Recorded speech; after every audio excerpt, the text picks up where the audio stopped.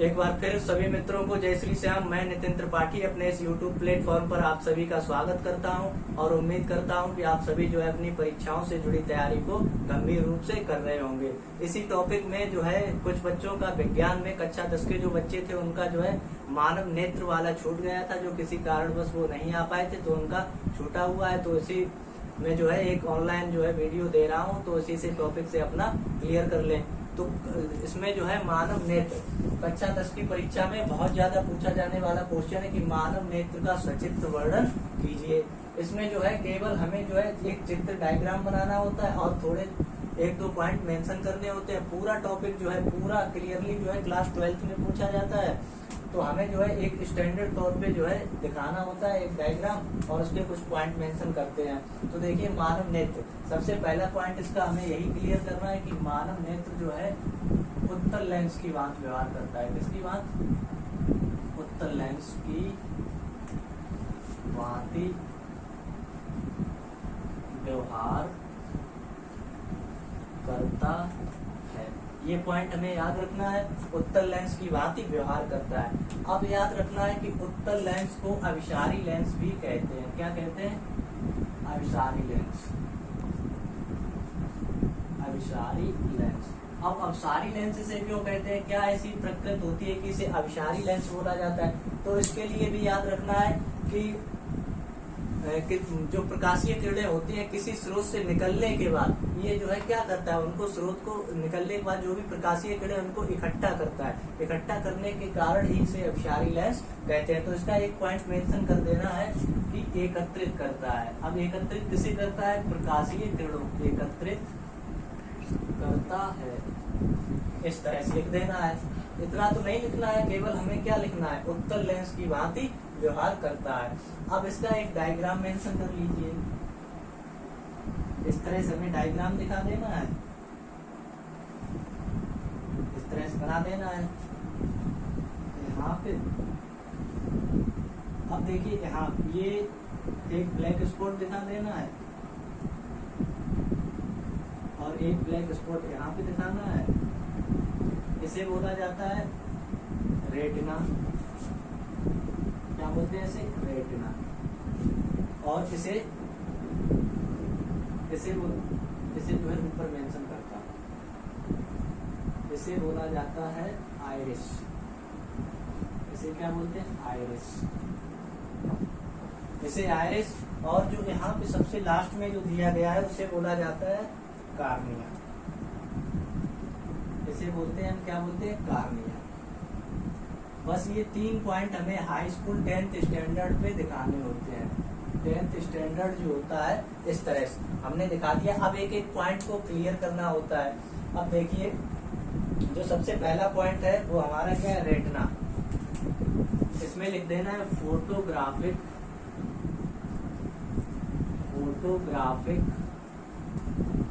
कैमरे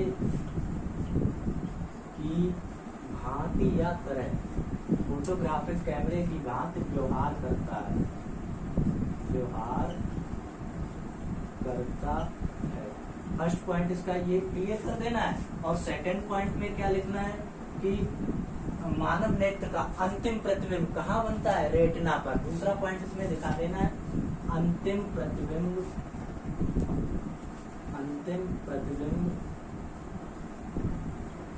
रेटिना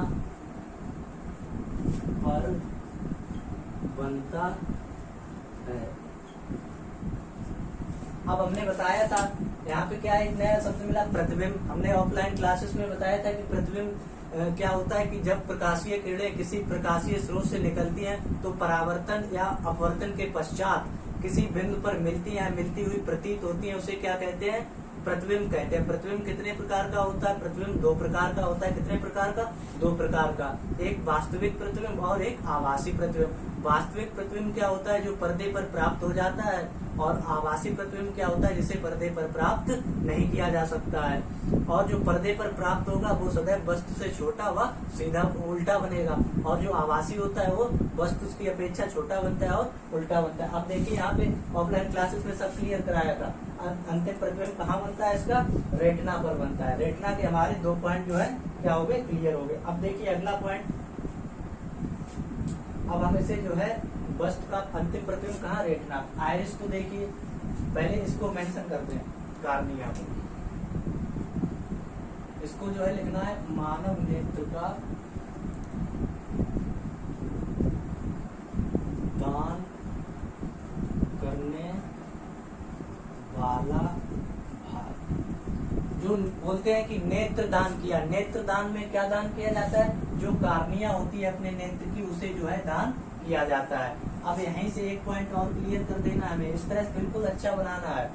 अब जो है इसका क्या है, निकट बिंदु, निकट बिंदु हमने ऑफलाइन क्लासेस में बताया था, मानव नेत्र का निकट बिंदु कितना होता है, 25 सेंटीमीटर। कितना होता है, 25 सेंटीमीटर। दूसरा पॉइंट क्या बताया था, दूर बिंदु, दूर बिंदु कितना होता है, अनंत। कितना होता है, अनंत, अनंत, यहाँ पे लिख देना अनंत। निकट बिंदु कितना हो गया, 25 सेंटीमीटर, और दूर बिंदु कितना हो गया, अनंत। अब एक क्वेश्चन यहीं पे पूछा जाता है कि मानव नेत्र का दृष्टि विस्तार, मानव नेत्र का दृष्टि विस्तार, देखिए भैया ऐसे भी समझ लीजिए, मानव नेत्र का दृष्टि विस्तार क्या होता है। देखिए निकट बिंदु कहाँ है, 25 सेंटीमीटर, और दूर बिंदु कहाँ है, अनंत। तो कितना हो गया, 25 सेंटीमीटर से अनंत। एक स्वस्थ नेत्र का, स्वस्थ मानव की नेत्र का दृष्टि विस्तार कितना होता है, दृष्टि विस्तार होता है 25 सेंटीमीटर से अनंत तक। निकट बिंदु 25 सेंटीमीटर और दूर बिंदु अनंत। इस तरह से ये वाला पॉइंट क्लियर हो गया। अब हमें देखना है जो है कार्निया। अब किस पे पहुंचते हैं, आयरिस पे। अब देखिए आयरिस क्या होता है, आयरिस को मेंशन करते हैं नीला, भूरा, हरा, इन रंगों के लिए जिम्मेदार होता है ये, इन रंगों की तीव्रता। ठीक है, आयरिस को लिख देना नीला, भूरा, हरा रंगों की तीव्रता के लिए कौन जिम्मेदार होता है या किसकी जिम्मेदारी होती है, इस तरह से हमें दिखा देना है। टेंशन इतना ही करना है, नीला, भूरा, हरा और रंगों की तीव्रता क्या लिख देना, आयरिस। अब इसी में जो है आगे हमें देखना है कार्निया। कार्निया जो है किससे मिलकर बना होता है, तो यहीं पे हम दिखा दे रहे हैं कार्निया। कार्निया जो है ऊतक से मिलकर बनता है, किससे, ऊतक से, ऊतक से मिलकर बनता है, ऊतक से मिलकर बनता है। कार्निया किससे बना होता है, ऊतक से मिलकर बना होता है। अब यहाँ पे एक प्रश्न अब यही उठता है कि ऊतक किसे कहते हैं, तो इसे भी हल्का सा कहीं पे हम देख ले रहे हैं। ऊतक कोशिकाओं का वह भाग होता है, वह भाग होता है जिसमें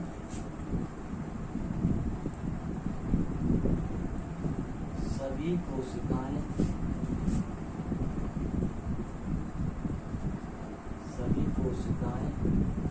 समान होती हैं, समान होती हैं। अब कैसी समान होती हैं, आकृति में समान होती हैं। ठीक है, उसके बाद कार्य करने में उनकी क्षमता और उनका उद्गम, जहाँ से वो निकलती है, जहाँ से वो जनरेट होती हैं, तो ऊतक से मिलकर बना होता है। ऊतक कोशिकाओं का वह भाग होता है जिसमें सभी कोशिकाएं समान होती हैं। अब ऊतक कितने प्रकार के होते हैं, जब बायो का सेक्शन पढ़ेंगे तब हम बताएंगे कि ऊतक कितने प्रकार के होते हैं। ऊतक 2 प्रकार के होते हैं, पादप ऊतक और जंतु ऊतक। तो इनके भी अलग अलग होते हैं। तो जैसे जंतु ऊतक है तो इसमें तंत्रिका ऊतक, पेशीय ऊतक, इस तरह के आते हैं। ठीक है, अब जगह नहीं तो यहीं पे मेंशन कर देता, लेकिन जब हम बायो का सेक्शन पढ़ेंगे तब उसमें क्लियर करेंगे। अब देखिए अगला पॉइंट, इसमें हमें क्या दिखाना होता है, कार्निया हमने दिखाई दिया, आयरिस को भी बता दिया है। अब देखिए जो रेटिना हमारी होती है, रेटिना, इसके देखिए प्रतिबिंब कैसा बनता है। तीसरा पॉइंट यहीं पे हम मेंशन कर रहे हैं, प्रतिबिंब। प्रतिबिंब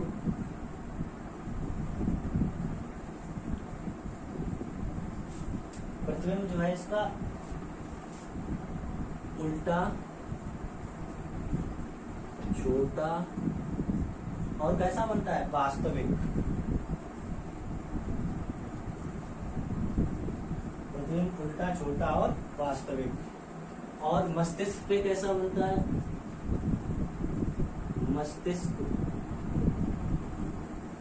मस्तिष्क पे बनता है सीधा। और कैसा बनता है, आभासी। ये पॉइंट क्लियर हुआ। प्रतिबिंब उल्टा बनता है, छोटा बनता है और वास्तविक। मस्तिष्क पे कैसा बनता है, सीधा बनता है और आभासी। अब देखिए रेटिना को थोड़ा और डिटेल में समझने की कोशिश करते हैं, क्योंकि मेन पॉइंट यही होता है हमारा, कौन सा, रेटिना। अब देखिए रेटिना जो है दो पदार्थों से जो है, इनमें दो प्रकार की कोशिकाएं होती है रेटिना हमारे। एक को बोला जाता है रॉड सेल और प्लेन इस टाइप की, और दूसरा होता है कोन सेल, शंक्वाकार। तो इसमें रॉड सेल के लिए देखो क्या होता है, प्रकाश की तीव्रता के लिए जिम्मेदार, प्रकाश की तीव्रता के लिए जिम्मेदार।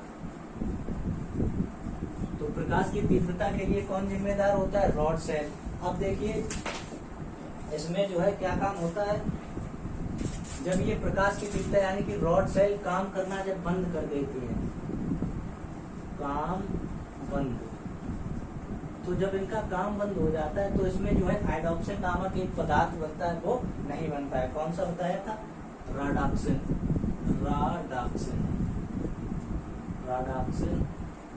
पदार्थ नहीं बनता है। क्या नहीं बनता है, राडाक्सिन पदार्थ नहीं बनता है। और जब राडाक्सिन पदार्थ नहीं बनता है, ये काम कर देना बंद कर देती है और राडाक्सिन पदार्थ नहीं बनता है, तो इसके जो है नहीं बनेगा तो हमें जो है कौन सी बीमारी हो जाती है, रतौंधी। कौन सी बीमारी हो जाती है, इसे याद रखना है। राडाक्सिन जो है पदार्थ नहीं बनता है तो हमें रतौंधी बीमारी हो जाती है। रतौंधी क्या होता है कि शाम के समय जो है हमें दिखाई देना बंद होने लगता है। अब तो इतना तुमने समझ लिया, रॉड सेल किसके लिए, प्रकाश की तीव्रता के लिए जिम्मेदार है। अगर रॉड सेल काम नहीं करेंगे, काम करना बंद कर देंगी, तो राडाक्सिन पदार्थ नहीं बनता है। जिससे क्या होता है, जब राडाक्सिन पदार्थ नहीं बनेगा तो रतौंधी की बीमारी हो जाती है। जो रतौंधी बीमारी जो है विटामिन वेरी क्या बोलते हैं इसे, अब इतना डिटेल नहीं जानना है, जगह नहीं जाता है, नहीं तो पूरा एक्सप्लेन जो है करता। लेकिन क्या होता है कि 10th लेवल जो 10th स्टैंडर्ड होता है उसमें केवल सचित्र वर्णन करने को आता है, तो इतना सफिशिएंट है। अब देखिए कौन सेल क्या होता है, कौन सेल में हमें लिखना है, प्रकाश के रंगों के लिए जिम्मेदार। प्रकाश के रंगों के लिए कौन जिम्मेदार होता है, रॉड सेल। अब देखिए जब ये रॉड सेल काम करना बंद कर देती है, तो रॉड सेल काम करना जब बंद, अब देखिए इनका रॉड सेल ने काम करना क्या किया, काम बंद। रॉड सेल ने काम बंद कर दिया, तो राडाक्सिन पदार्थ यानी कि इसमें राडाक्सिन था, इसमें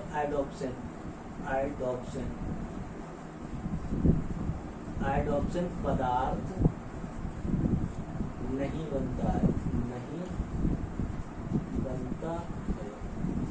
क्या हुआ, देखिए प्रकाश कौन सेल प्रकाश के रंगों के लिए जिम्मेदार है। जब ये काम करना बंद कर देती हैं तो आयोडोक्सिन पदार्थ नहीं बनता है, और जब आयोडोक्सिन पदार्थ नहीं बनेगा, देखिए आप, जब ये पदार्थ नहीं बनेगा तो क्या होता है, जो है हमें वर्णांधता की बीमारी हो जाती है, वर्णांधता